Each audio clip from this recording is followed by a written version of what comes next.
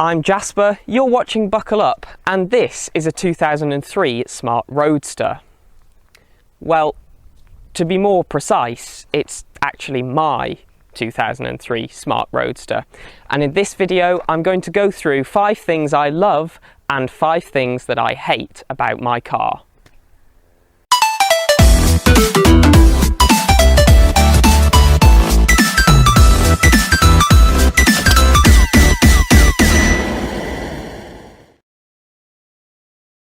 I have owned this car for longer than a year now, and in that time driven more than 4,000 miles, which makes me somewhat qualified to discuss its pros and cons.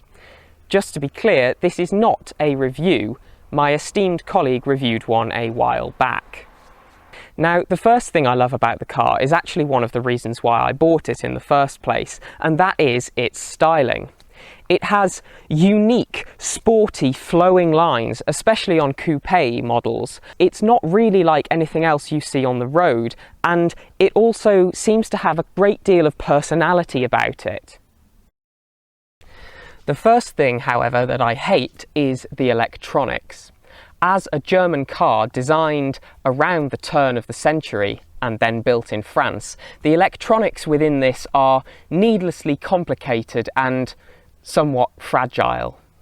As a result, it's not uncommon for these cars to have electrical gremlins. Whether that's the headlamps not working properly or the gearbox stopping functioning, it can be very difficult to find and fix problems. I recently had an issue with the CAN bus system in this car, which meant that the ECU at the front of the car did not seem to think there was an engine in the back of the car. The second thing I love about this car is the fact that it is a convertible, and not only can you put the cloth roof down, but you can also completely remove these sidebars, which gives you the ultimate open air driving experience. A point of note is when you remove these bars, you can store them under the bonnet at the front. Unfortunately, that convertible roof brings me on to the second thing that I hate: leaks. Now, these are not a massive issue, but more often than not with a Roadster, it will leak. Common leaking areas include the roof seals, roof drains, window seals, wing mirror seals, rear glass seals on coupe models, and the worst leak of all, the wiper bucket tray, which, if leaking, can completely kill your car as water gets into the electronics under the dashboard. My particular car goes above and beyond by allowing water to pour out of the interior driver's door release if it rains or this seal along the bottom of the driver's window gets wet. My third love is the driving position. You sit incredibly low and close to the road, which makes you feel so connected, and with the car being so low slung, it feels very sporty as well. There isn't too much adjustability, however. The steering wheel doesn't move at all, but thankfully the driver's chair goes a long way back and forwards, which means even a short arse like me can find a comfortable driving position. The third thing I'm not a massive fan of is the interior quality. For a more premium brand, the materials and the fit and finish don't really stack up. The plastics feel cheap, the fabric is scratchy, and it doesn't really seem that well put together. A lot of things rattle when you go over bumps in the road. You can hear it in the doors too.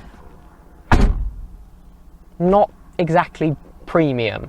Hey there, just interrupting myself to ask if you wouldn't mind subscribing and turning on notifications so you don't miss any of our new uploads. While you're there, have a look at our Instagram or maybe even our spread shop and maybe buy some of our fantastic merch. Anyway, I'll throw it back to myself. Love number 4 requires me to start it up and go for a drive, as it is the sound. Now, the exhaust on this is not quite standard, but even stock, these cars do sound fantastic.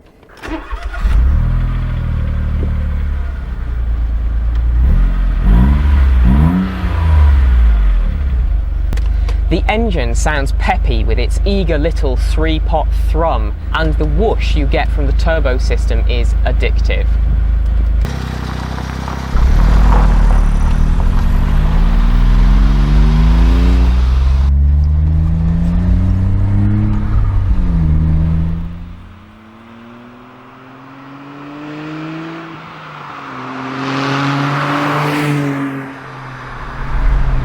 So yes, as I mentioned, the noise this makes is fantastic.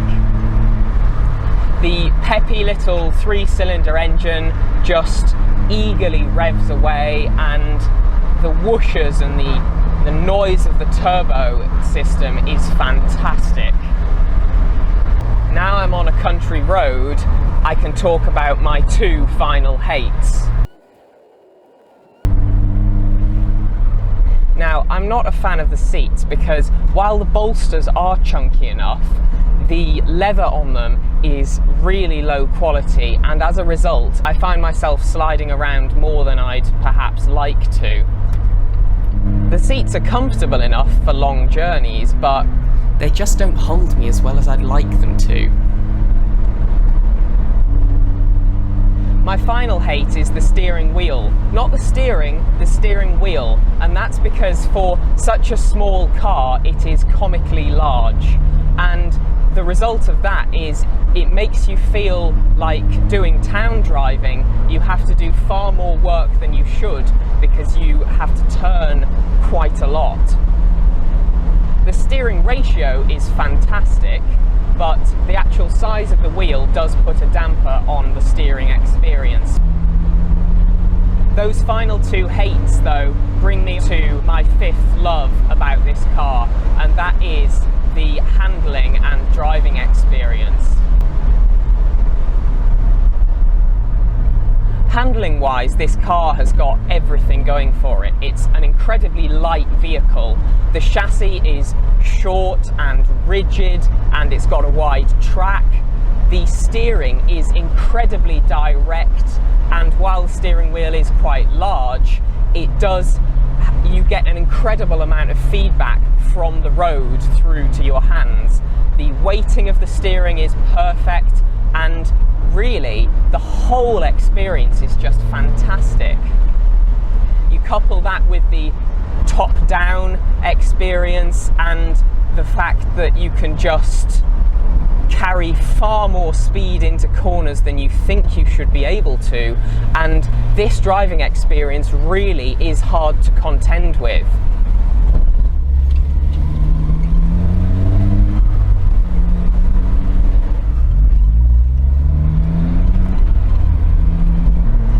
If you drive as if the gearbox is manual and not like it's an automatic, which it isn't, that means that it doesn't dampen the driving experience at all. If you think about your shifts and the way you would make them in a car that you had full control over the shifting experience, including a clutch, it really doesn't affect how the car drives at all. It just makes you consider the road ahead and what gear you're going to need to be in. Yes, the changes are a little bit slow, but it genuinely doesn't negatively affect the experience. Once you've learned how to use the gearbox and just consider it to be a manual without a clutch that you operate, it's fine.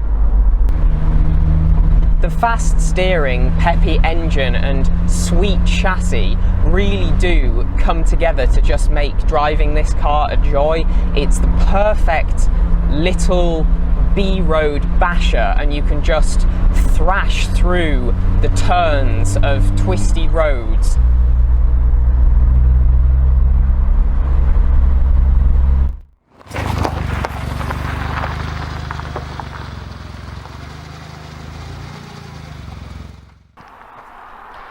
I'd say that just about wraps up the 5 things I love and hate about my Smart Roadster.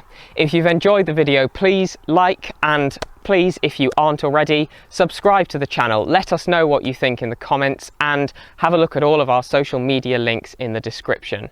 Thank you for watching. Bye.